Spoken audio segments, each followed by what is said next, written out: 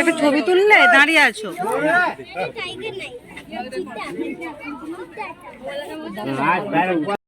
সাদা বাঘ আয় একটু এদিকে ভালো করে দেখি।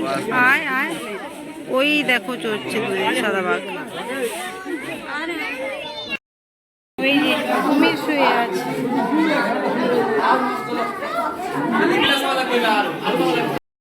ছুটছে দেখো, ছুটছে ছুটছে, কি সুন্দর। দুটো, ওইদিকে একটা আছে, তিনটে, ওই দিকে একটা খাচ্ছে। কুমির গুলো দেখো, বুঝতে গুলো দেখি কতগুলো। এগুলো বাচ্চা হয়নি, সিং হয়নি।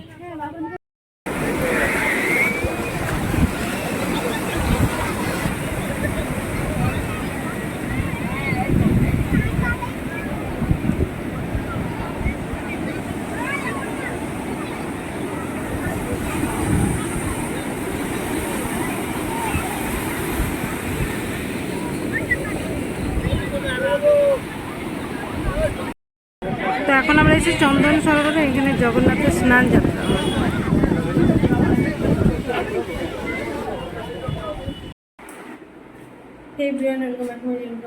ব্লগ, আশা করি তোমরা সবাই ভালো আছো, আমিও ভালো আছি। এটা হচ্ছে আজকে থেকে পুরীর ব্লগ। তো এখন হচ্ছে ভোর 5টা 5:30 মতো বাজে। ঘুম তো তেমন ভাবে হয়নি, চোখ দিকে বুঝতে পারছো। তো এখন যাচ্ছি সূর্যোদয় দেখতে।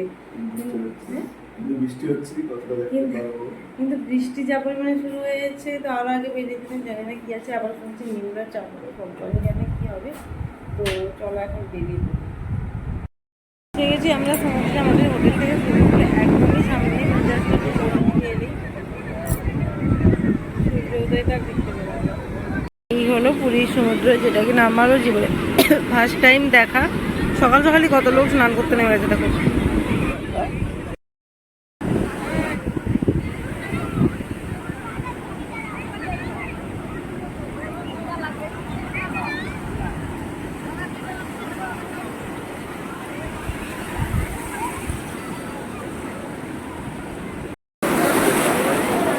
মায়া তো বলে তাহলে বলে তুমি স্নান করবে অনেক একবারে এত হয়ে যায় দুজনে এত নেমে পড়া একটু না না, আবার 10টা থেকে নামবো, তখন বলো। 10টা থেকে নামবো, থাকো। আর দিদি যখন গেছে আর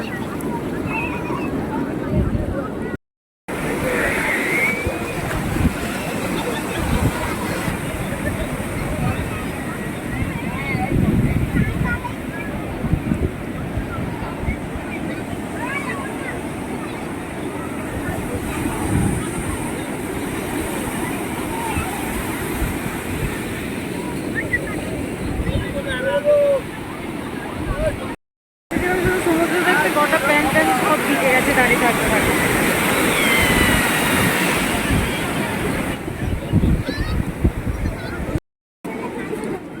এই দেখো সকাল সকাল মায়ের অবস্থা।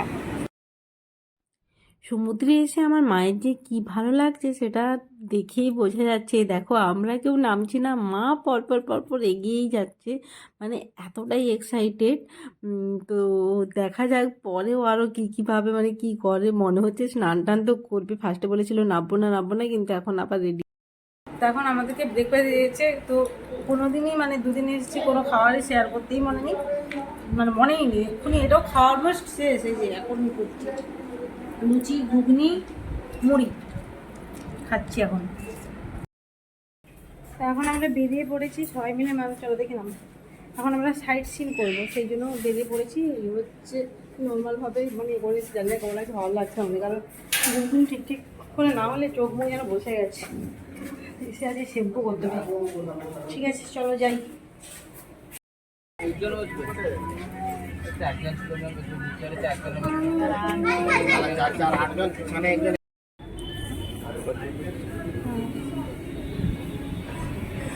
এখন আমরা এসেছি বুদ্ধ মন্দিরে।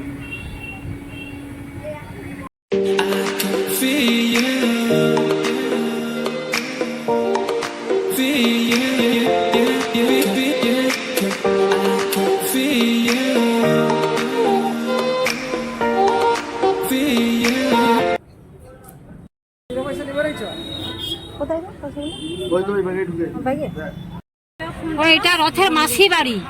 ওই যখন ই হয় হ্যাঁ জানি, মাসি বাড়িতে এসে থাকতে হয় না রথ। আর কি হতেন নামবো বাবা। এখন এসছি আমরা কি গুন্ডিচা টেম্পল, যেখানে জগন্নাথদের যখন রথের সময় এখানে এসে রাখা হয় সেখানে।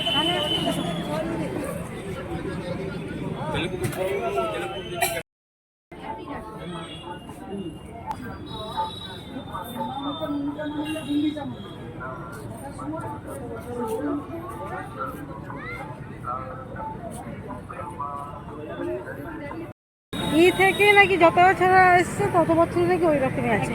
এইখানে হচ্ছে জগন্নাথের মাসির বাড়ি, তো এখানে সে মা কতক্ষণ দাঁড়িয়ে রয়েছে, একজন মহিলা আছে মানে অনেকটাই হাইকম, তো তাকে নাকি মানে বেসিক্যালি এখানে জগন্নাথের মাসি ওই ভেবেই করে, কারণ তাকে বাবারা প্রায় 30-35 বছর ধরে পুরী আসছে, বেশি আরও। তো বাবা বলছে এত বছর ধরে এসছি একই, সেম টু সেম, তার মধ্যে কোনো তফাৎ নেই।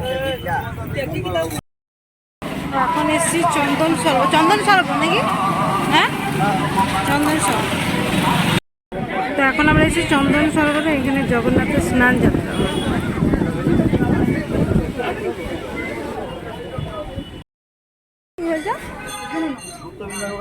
এখন আমরা এসেছি অঙ্কারনাথ শিব মন্দির। এখানে নাকি আমাদের ওখানে যে বিল্লেশ্বর মন্দির আছে, মানে 108টা শিব মন্দির, তার মধ্যে একটা মন্দির নাকি বিল্লেশ্বর বাবাজি শিব মন্দির নাম আছে।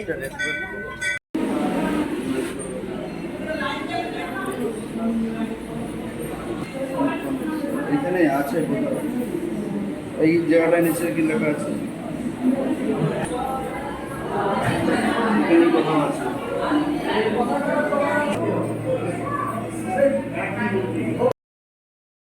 এত শিব ঠাকুরের মধ্যে খুঁজে খুঁজে অবশেষে আমাদের এখানে বিল্লেশ্বর বাবাজির যে মন্দির, তো বিল্লেশ্বর বাবাজিকে দর্শন পেলাম। আমার মা বেসিক্যালি অঙ্কারনাথ শিব মন্দিরে আসার জন্য আরও বেশি এক্সাইটেড ছিল আমাদের ওখানের যে বিল্লেশ্বর বাবাজির মন্দির আছে, বিল্লেশ্বর বাবাজিকে দেখার জন্য যে এখানে আছে। প্রথম দিন থেকে যবে থেকে পুরী আসবো শুনেছে তবে থেকেই ওটাই মানে বলেই চলছে। তো চলো, এই ছিল আজকের পুরীর পার্ট 4 ব্লগ। হ্যাঁ, এখনও অনেক জায়গায় যাব, কিন্তু আজ এইটুকু রাখলাম। ভালো লাগলে লাইক কমেন্ট শেয়ার সাবস্ক্রাইব করে দিও।